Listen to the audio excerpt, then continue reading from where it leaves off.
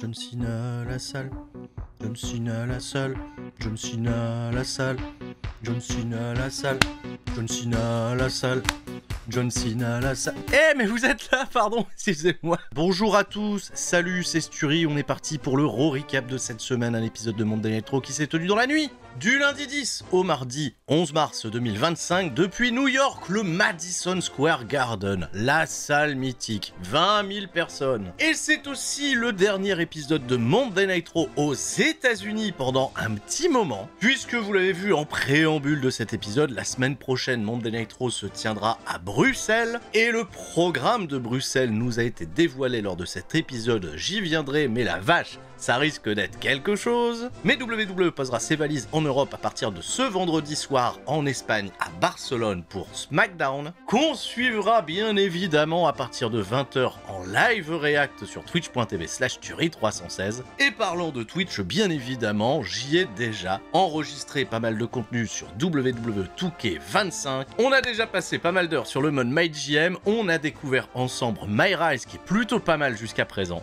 la traditionnelle tournée des notes du roster avec pas mal de scandales. Il y a du contenu qui sort quotidiennement presque sur la chaîne secondaire La Corde à Linge. Qu'attendez-vous pour vous abonner à La Corde à Linge? Il y a du monde sur La Corde à Linge? Du monde en revanche, il y en a désormais aussi sur cette chaîne. Je tenais à profiter de cette introduction pour tous vous remercier. Vous avez fait franchir à la chaîne YouTube C'est ça le catch la barre symbolique des 100 000 abonnés. 100 000 fois merci à vous. Et j'espère que j'aurai en plus de ça l'occasion de célébrer ce moment avec vous à Bruxelles. Et oui, je peux le dire, enfin, je serai à Bruxelles ce dimanche 16 mars pour commenter le show Banger Zone Wrestling War at the Capitol. Joseph Fenech Jr. défend son championnat contre non plus Big Demo qui avait été annoncé dans un premier temps mais qui malheureusement a un empêchement. À la place, Banger Zone a fait venir l'une des top stars du circuit mexicain en provenance de AAA, Psycho Clown. Hâte de vous y voir là-bas et hâte de vous y entendre mettre une superbe ambiance. Nana,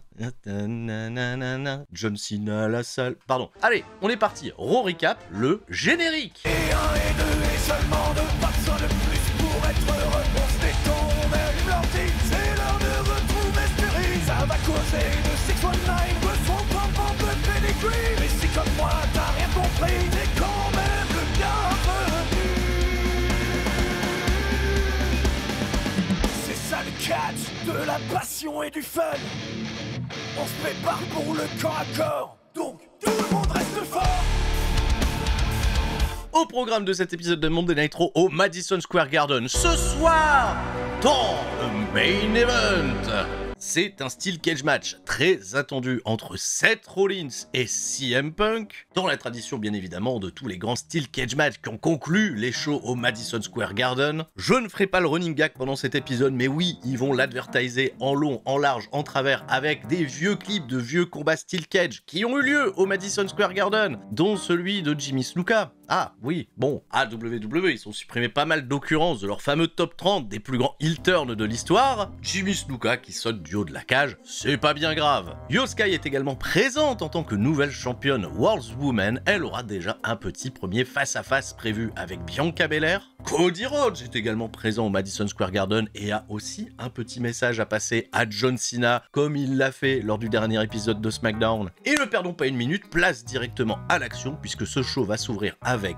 un combat. Jey Uso, Saïd ou Saïd pas, fait l'entrée par les gradins du Madison Square Garden. Un Madison Square Garden, je le regrette, qui n'a pas mis la symbolique entrée face à la hardcam. Mais ouais, la fameuse entrée de John Cena, Royal Rumble 2008. Jey Uso fend la foule, se prépare à affronter tout de suite Grayson Waller qui fait son arrivée aux côtés de Austin Theory. Enfin, on les voit catcher à Raw. Pour le peu que ça a duré, 9 minutes 10, j'ai pas grand chose à redire. Un match classique avec la disposition heel-face des plus ordinaires, c'est plutôt efficace, les routines de Jey Uso fonctionnent très très bien, le public y est toujours réactif. les super kicks pleuvent, les faux finish ne font pas beaucoup de suspense, et après un super kick sur Grayson Waller, puis un super kick sur Austin Theory qui était aux abords du ring, Jey Uso remporte la victoire d'une spear tonitruante, je la laisserai à l'appréciation de chacun, remporte la victoire en 9 minutes. Grayson Waller et Austin Theory vont tenter après le match de récupérer leur hit en attaquant Jey Uso qui va réussir à les repousser tous les deux, et Gunther est arrivé out of nowhere, calmer la Hitmania encore une fois avec une grosse sleeper hold, le ring général pose avec la ceinture, il avait promis l'enfer à Jey Uso, ça sera leur seule et unique interaction de la soirée. La semaine prochaine à Bruxelles, Jey Uso sera en action et affrontera nul autre que Austin Theory. Ah, l'entrée de Jey Uso à Bruxelles,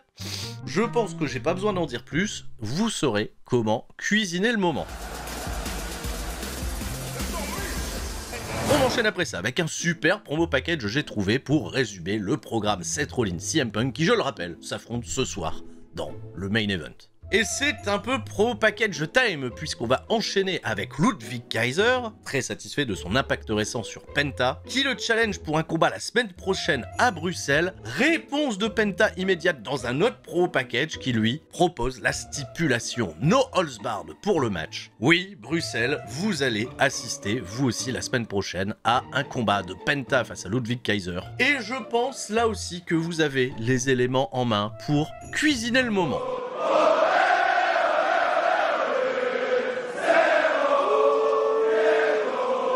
On va quitter les promos package pour désormais de la promo in-ring. Logan Paul fait son arrivée au ring sous une immense branca. Alors tiens, c'est bizarre, on nous avait annoncé la semaine dernière que c'était AJ Styles qui allait calls out Logan Paul. Visiblement, Logan Paul, il aime pas se faire attendre, il vient au ring, il déchire le t-shirt d'un fan au premier rang qui était peut-être pas un fan au premier rang puisque c'est un catcheur du circuit indépendant qui a fini à poil certes, mais qui va peut-être après ça décrocher un contrat WWID. Je lui souhaite en tout cas. Et Logan Paul dans le ring va bien évidemment répondre à l'interpellation de AJ Styles. Logan Paul ne s'associe pas avec ce genre de personnes. Il préfère viser plus loin et prendre comme modèle des gars comme The Rock, des gars comme John Cena, des types qui comme lui transcendent le divertissement sportif. Il a donc critiqué Cody Rhodes d'avoir refusé l'offre de The Rock. Logan Paul a donc soumis à The Rock l'idée de lui vendre à lui aussi son âme. Il a la célébrité, il a le talent, et il va s'arrêter sur l'un des nombreux guests invités présents au premier rang, la personne de monsieur André Schulz. Ah, André Schulz, ah d'accord. Alors petite backstory, André Schulz est un comique américain qui a son show sur Netflix. C'est vrai qu'on fait beaucoup la promotion des gens qui ont des shows sur Netflix. Je vais pas rajouter plus de commentaires sur André Schulz, mais c'est peut-être mal barré pour qu'on voit un jour Kendrick Lamar apparaître à la WWE. Bon, André, Dédé, en réalité, qu'est-ce qu'il fout là? Déjà, c'est pas André, son nom c'est Andrew. Logan Paul, il a dit, le talent reconnaît le talent. Dis-leur Andrew que t'es venu assister au premier rang à ce show, voir Logan Paul, ce à quoi Andrew, il a dit, bah non, pas du tout.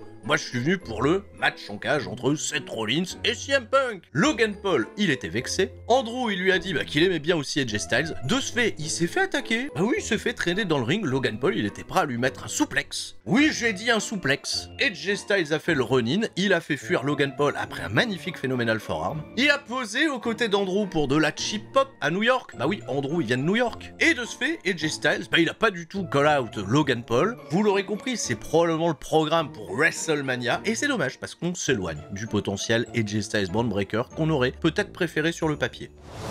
WWE pour cette édition de Monday Night Raw, ils nous ont pas saoulés comme la semaine dernière avec plein de clips, on nous remontre, mais il en fallait bien un pour nous résumer ce qui s'était passé la semaine dernière dans le main event entre Io Sky et Rhea Ripley. Io Sky est devenue la nouvelle championne World Woman, elle ira affronter Bianca Belair qui a remporté Elimination Chamber, et la tension elle est également un petit peu montée entre Rhea Ripley et Bianca Belair. Ce soir, Michael Cole recevra au micro Bianca et Io Sky. Petit clip pour mettre de la hype. De la hype, j'espère que vous en avez également pour le New Day qui fait son entrée au ring. Un peu de cheap hit comme d'habitude avec leurs promos diffusés pendant la coupure publicitaire. Leurs adversaires du soir pour ce Tornado Tag Team Match où il n'y a pas de disqualification. Dragon Lee et Rey Mysterio. Le logo de la Latino World Order a été un petit peu modifié. Et les amis, nous avons assisté à une assez chouette rencontre. Toujours dans cette tradition des heels contre les faces, de la bonne grosse hit des familles sur le New Day, qui se paye le luxe de ranger la la table qui avait été sorti précédemment par Dragon Lee et Rey Mysterio. Un Rey Mysterio qui vient à tout juste 50 ans nous sortir un top rope Frankensteiner de toute beauté. Un Dragon Lee qui trouve également sa place dans le combat. Il y a une superbe séquence entre Rey Mysterio prêt à porter son 619 qui va esquiver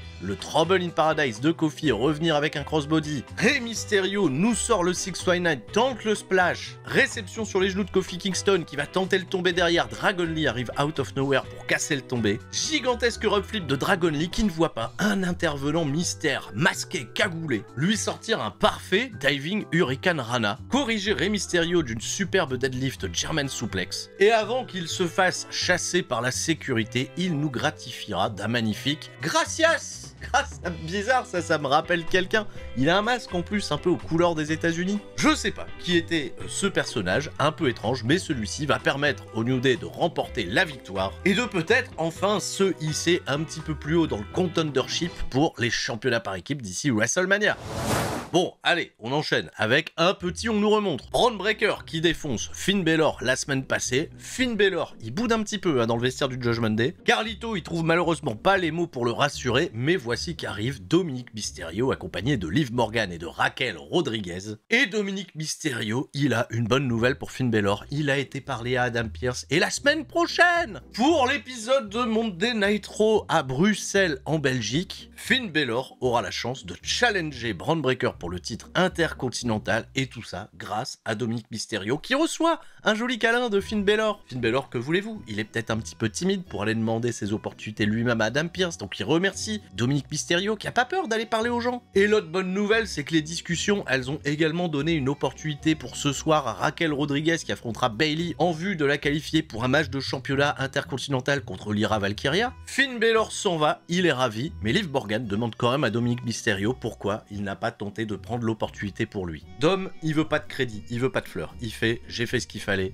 pour Finn. Voilà, c'est beau, c'est l'amitié, c'est le Judgment Day qu'on aime. Toujours plein de célébrités présentes pour cet épisode de Monday Night Raw au Madison Square Garden. J'attire bien sûr votre attention sur la participation de Macaulay Culkin. Maman, j'ai raté l'avion, bien sûr, il fait encore une entrée hyper remarquée, reçoit une énorme pop, il nous fait des messages cryptiques, on n'a pas su déchiffrer. Et WWE, encore une fois, qui ignore totalement la présence de son frère qui est juste à côté, peut-être qu'il a pas de programme sur Netflix, lui, c'est pour ça. Et nous accueillons sans plus tarder Cody Rhodes. Et oui, Cody Rhodes est présent, le champion WWE indisputé, toujours amoché au niveau de l'œil, bien sûr, après la grosse tréra qui s'est mangée de Travis Scott. Cody Rhodes, de quoi voulez-vous qu'on parle? Le public, il a bien entendu parler de John Cena. On va y venir à John Cena. Cody nous a dit qu'il était là parce que le siège de la WWE, bah oui, c'est le Madison Square Garden. Alors c'est pas techniquement leur siège puisque c'est Stanford, Connecticut, mais on s'entend.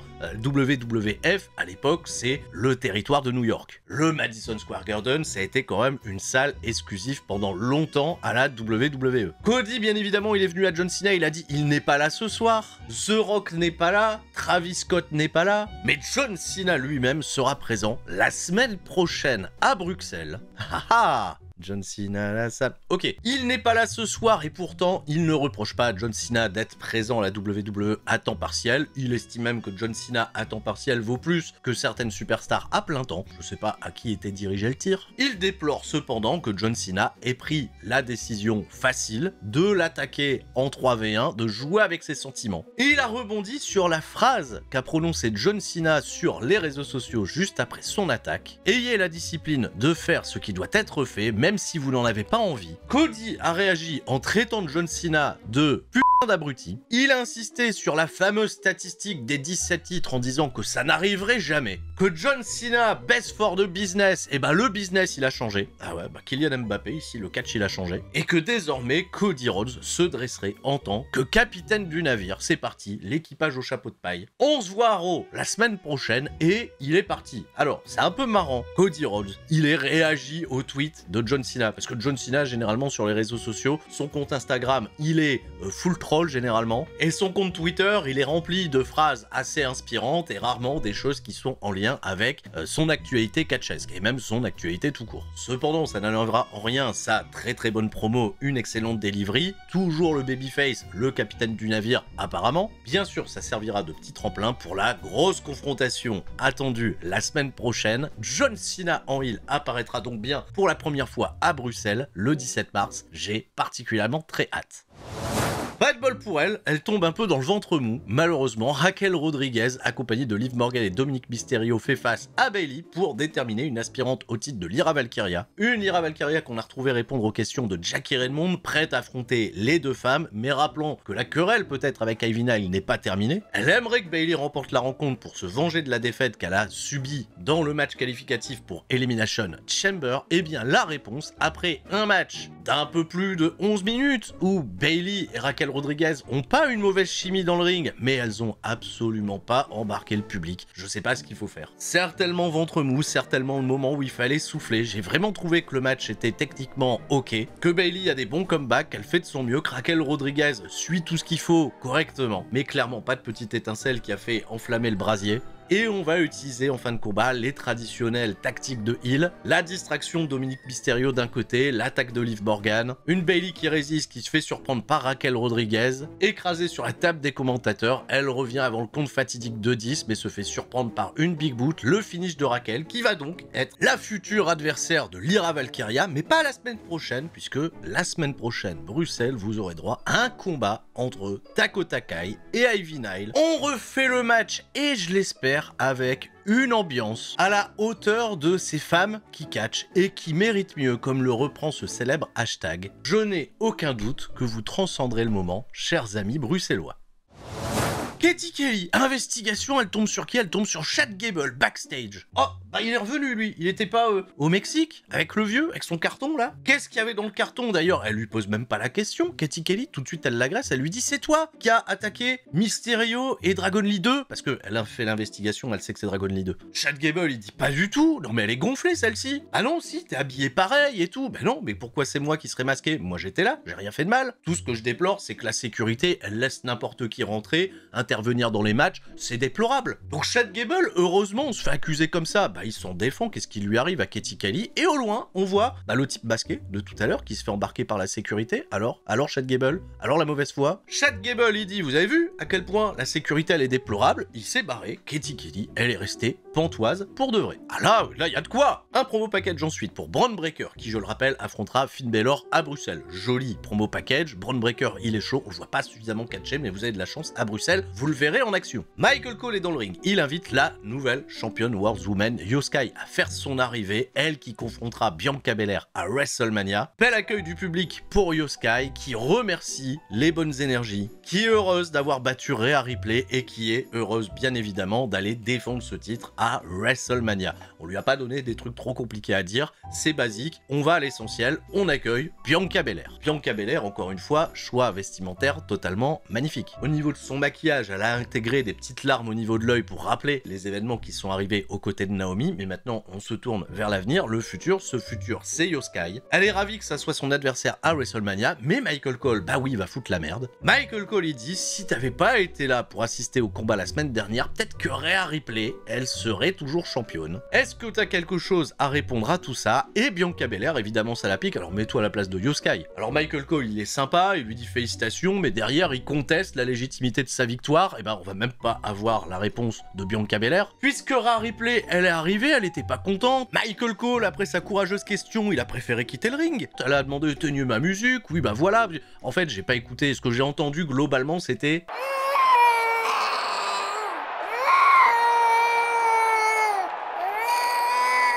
Alors vous l'aurez aussi bien décrypté que moi je pense, elle s'en prend à Bianca Belair. Qu'est-ce que tu viens foutre dans mes affaires alors que t'étais occupé avec Naomi et Jet Cargill? Bah meuf, je te rappelle, j'ai gagné Elimination Chamber. Ça va se poursuivre à base de...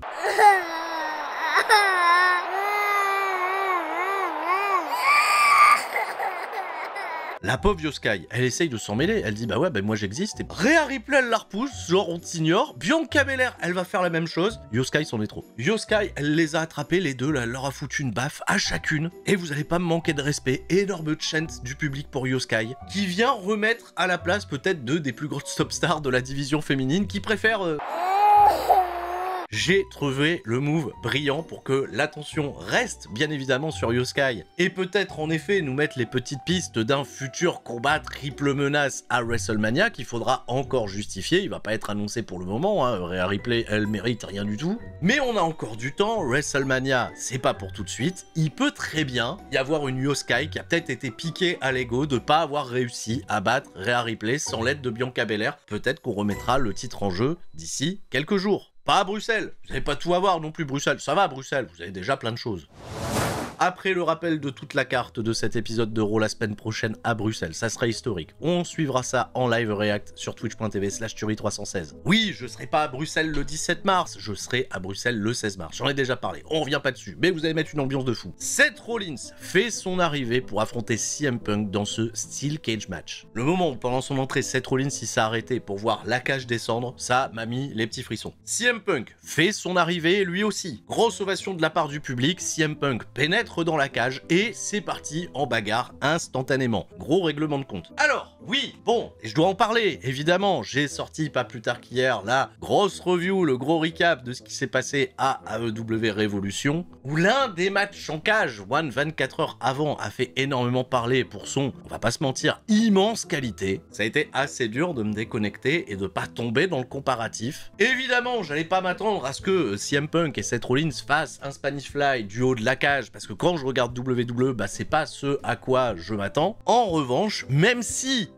j'ai trouvé qu'on avait un peu trop surutilisé le spammage de finish à fond la caisse. C'est un combat qui va durer 22 minutes 30, la bagarre faisait rage, ça c'est sûr, les échanges de coups étaient particulièrement intenses, on ressentait l'animosité entre les deux. Je déteste toujours autant, et ça j'ai pas attendu qu'il y ait d'autres compagnies qui se créent les stipulations de match en cage à la WWE où tu peux t'enfuir de la cage pour remporter la victoire. Cependant, j'ai beaucoup aimé qu'on joue là-dessus avec un Seth Rollins qui, après avoir dominé les débats pendant les premières minutes de combat, a incité CM Punk. Ça va? Tu veux t'enfuir? Regarde, c'est vrai que s'il veut, là, il peut sortir Seth Rollins, mettre fin au match et on rentre à la maison. CM Punk, il fera un petit peu pareil après qu'il ait repris le dessus sur Seth Rollins. En fait, les deux hommes ne voulaient pas particulièrement gagner le combat, mais voulaient se régler leur compte une bonne fois pour toutes et, par honneur du guerrier, remporter la victoire après avoir porté un finish. Ou le finish de l'autre, ou porter 3 finishes, 4 finishes. Bon, il n'y a pas que des finishes qui ont été portés sur ce match. Il y a une très très belle superplex qui a été portée depuis le haut de la cage, la 3e corde comme vous voulez.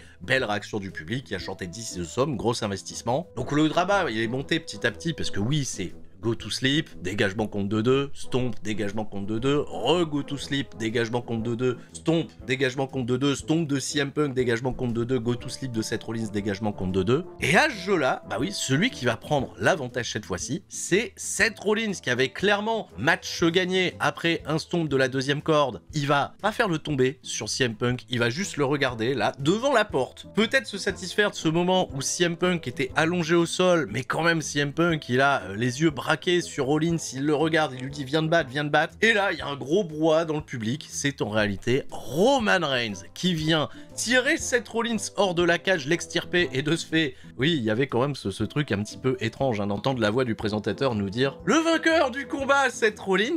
Ouais, parce qu'il s'est enfui de la cage de ce fait, grâce à Roman Reigns. Roman Reigns, lui, il en avait rien à foutre de donner la victoire à Seth Rollins. Il est venu lui mettre un Superman Punch, lui mettre une Spear et lui mettre un gros stomp à l'extérieur du ring pour lui rendre la monnaie de sa pièce du Royal Rumble. La réaction, bien évidemment, pour le chef tribal, elle était incroyable, ça chantote ici à tout va. Il était prêt à mettre un nouveau stomp à Seth Rollins sur les escaliers d'acier, le service de sécurité est arrivé à ce moment précis, mais Roman Reigns, il avait désormais les yeux braqués sur le ring parce qu'il n'est pas venu seul, figurez-vous. Paul Heyman était présent lui aussi. Paul Heyman, il était dans la cage en train de réconforter un CM Punk et ça n'a pas véritablement plu à Roman Reigns qui est venu défoncer CM Punk. Mais il t'a fait quoi? Il t'a fait quoi, Punk? Oui, il l'a éliminé du Royal Rumble, mais je pense pas qu'il soit mauvais joueur à ce point-là, Roman Reigns. Il a défoncé CM Punk. Paul Heyman, il était choc bar en arrière-plan. La fameuse faveur, on n'en sait toujours rien. Monday Night Raw va donc se terminer avec un Roman Reigns, seul dans le ring, célébrant son immense assaut. Et bah oui, là, le terreau, il est plutôt fertile pour avoir ce combat triple menace à WrestleMania. Peut-être le combat qui privera Jey Uso de son main event de la nuit 1. C'est la fin de cet épisode, c'est la fin de cet arc WWE aux États-Unis avant d'entamer cette immense tournée européenne. À partir de cette semaine, vendredi donc, on fera les live react sur Twitch de chacun de ces shows à des horaires en plus de ça totalement convenables. Merci de m'avoir suivi, je compte sur vous pour tout péter à Bruxelles la semaine prochaine. Merci encore pour les 100 000 abonnés et tout le monde reste fort, c'était Sturi, ciao, bye bye.